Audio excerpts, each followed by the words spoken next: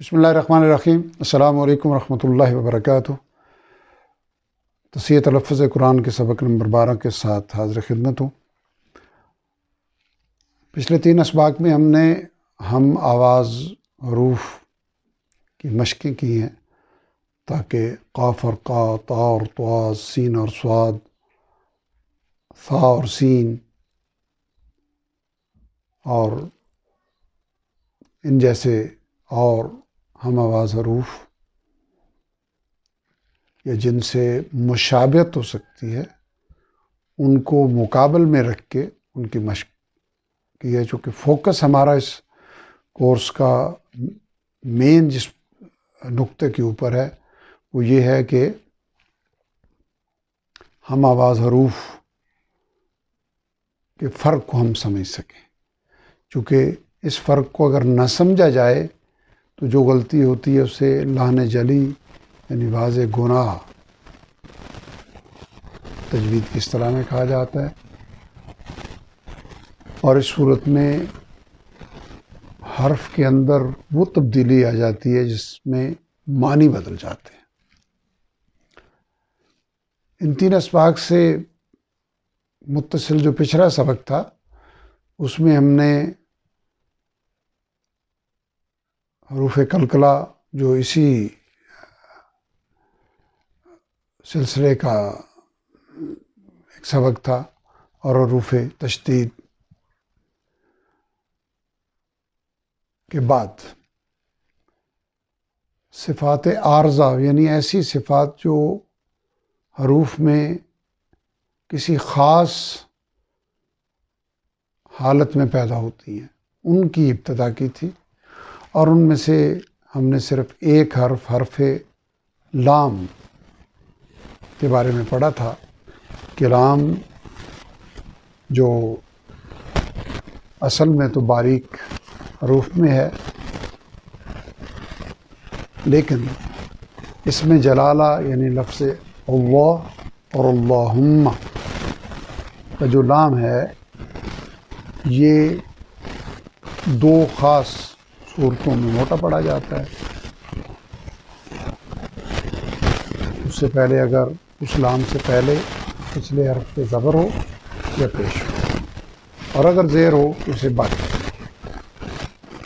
اب اسی سلسلے کو آگے بڑھاتے ہوئے آج ہم را کے بارے میں پڑھیں گے کہ را یہ جو اصلاً باریک حرف ہے، باریک کیوں ہے کہ مستقل موٹے حروف 7 ہیں، غین، خا، قاف، صاد، ضاد، طا اور ظا۔ اس کے علاوہ جو 21 حروف ہیں وہ باریک ہیں، را بھی انہی میں شامل ہے۔ لیکن را کے اوپر اگر زبر آ جائے یا پیش آ جائے تو را کو موٹا پڑا جاتا ہے۔ را کی مشق ہم کریں گے، اور اس میں کوئی تخصیص نہیں ہے کہ را لفظ کے شروع میں آئے، لفظ کے درمیان میں آئے یا لفظ کے آخر میں آئے۔ الرحمن، اور موٹا کرنے کا طریقہ میں نے عرض کیا تھا کہ زبان کو ہم اوپر اٹھائیں گے تو وہ حرف موٹا ہو جائے گا۔ الرحمن، رسول، رفع، ربی، رحمت، ان مثالوں میں را لفظ کے شروع میں تھی۔ اب درمیان میں بربی، فرغت، یشرب، خشرت، کرام بررت، اب لفظ کے آخر میں را۔ ادبر، فخشر، یقدر، وذکر، ان الابرار۔ اب پیش کی مثالیں، رسولاً، را شروع میں، رفعت، رویداً، رؤوسکم، رشداً، را درمیان میں، ہارون، ینظرون، تؤثرون، ابصارها، مسروراً، منذر، یصدر، ینظر، یہ را آخر میں آنے کی مثالیں ہیں۔ الکفار، الکافر۔ یہ تو وہ مثالیں ہو گئیں کہ را کے اوپر زبر ہو یا پیش ہو۔ اب را ساکن ہو تو پھر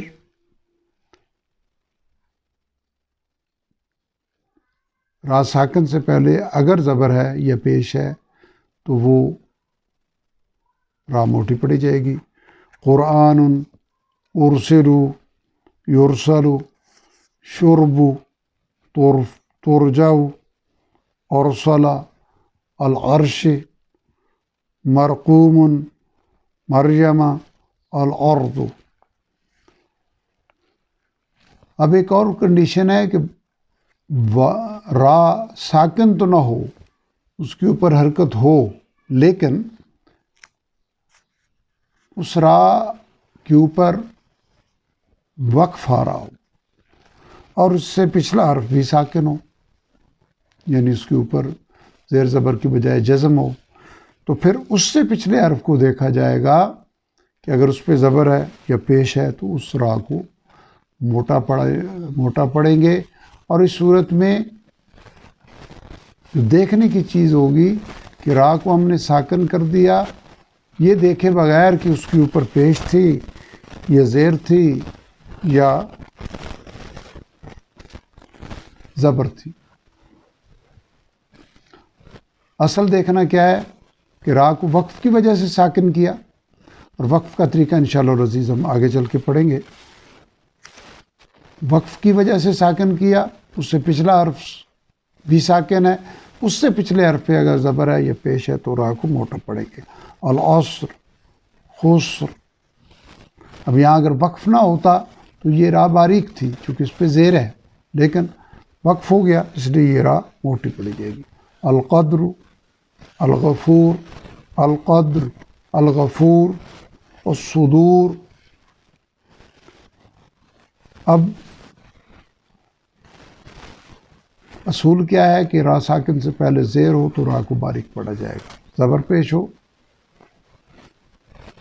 تو را کے اوپر ہو، یا را ساکن سے پہلے زبر پیش ہو، را کے اوپر زیر ہو یا را ساکن سے پہلے زیر ہو تو را کو باریک پڑیں گے. لیکن اگر را ساکن سے پہلے زیر ہو لیکن وہ زیر عارضی ہو، یعنی ایسا حرف ہو کہ اگر اس لفظ کو اس سے پچھلے حرف کے ساتھ ملا کے پڑھا جائے تو اس صورت میں وہ زیر نہ پڑی جائے، اس کو حمزہ وصلی کہتے ہیں، یہ عارضی زیر ہے. تو عارضی زیر کے بعد آنے والی را باریک نہیں پڑی جائے گی بلکہ موٹی پڑی جائے گی. ارقم معنا، یہ ارقم یہاں ہم نے پڑھنا ہے، اس کی وضاحت میں انشاءاللہ ہم آگے پڑھیں گے. ان ارتبتم رب ارحمہما ام ارتابوا لمن ارتضى. اب ایک اور کنڈیشن کہ را سے پہلے جو زیر ہے وہ عارضی تو نہیں ہے، لیکن را ساکن کے بعد جو مستقل موٹے حروف ہیں ان میں سے کوئی حرف ہے، اور وہ مستقل موٹے حروف کون سے ہیں؟ غین، خا، قاف، صاد، ضاد اور طا، ظا. را ساکن کے فوراً بعد اگر ان میں سے کوئی حرف آ جائے گا تو اگر را کو ہم باریک ادا کریں گے اس کے فوراً بعد اگلے حرف کو موٹا ادا کرنا مشکل ہو جائے گا. اس بعد میں آنے والے مستقل موٹے حرف کی وجہ سے اسے بھی موٹا پڑا جائے گا. ارصادن، ارصادن، مرصادن، قرطاسن، فرقتن، لبالمرصاد. جو صورتیں اوپر بیان ہوئی ہیں ان کے علاوہ را کو ہر جگہ باریک پڑا جائے گا، جیسے ریخن، تجری یعنی را کے اوپر زیر ہے، الخیری، شرکن، فانذر، را ساکن سے پہلے زیر، شرکن، را ساکن سے پہلے زیر، الخیری، را پر زیر، تجری، را پر زیر، ریخن، را پر زیر. فصبر صبرن، یہ جو فصبر والی راہ ہے یہ باریک پڑی جائے گی چونکہ راہ ساکن سے پہلے زیر ہے. عصیر، یہ وقف کی وجہ سے راہ کو ہم ساکن کریں گے، اس سے پچھلا حرف ساکن ہے اور اس سے پچھلے حرف پہ چونکہ زیر ہے اس لیے اس راہ کو باریک پڑیں گے. بسیخ، یہاں بھی وہی قاعدہ ہے کہ راہ کو وقف کی وجہ سے ساکن کیا ہے، اس سے پچھلا حرف خا ساکن ہے، اس سے پچھلے کے اوپر زیر ہے، اس لیے اس کو باریک پڑھیں گے. خبیر، یہاں بھی وہی قاعدہ ہے. اب ایک لفظ ہے مجریہا، را پر جب زیر ہو تو اس کو را زیر ری پڑھتے ہیں، لیکن یہاں ہم را زیر رے پڑھیں گے قطرے کی طرح. یہ قرآن حکیم میں صرف ایک جگہ 12ویں پارے میں سورہ ہود کی آیت نمبر 41 میں یہ لفظ ہے جہاں را زیر ری کو را زیر رے پڑھنا ہے اور یہاں الٹی زیر ہے مجریہا.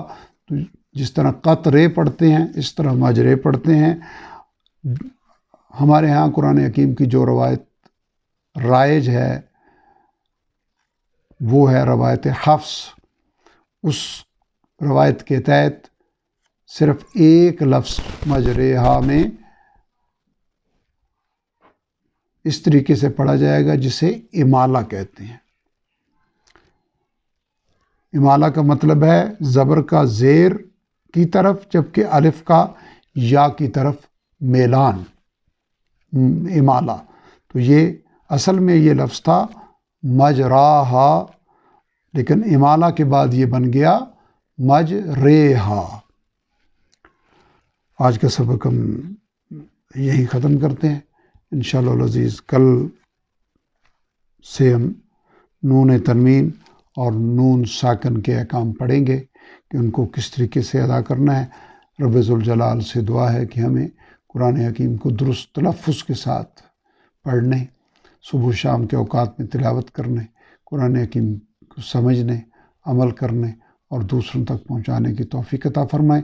وآخر دعوانا الحمدللہ رب العالمین.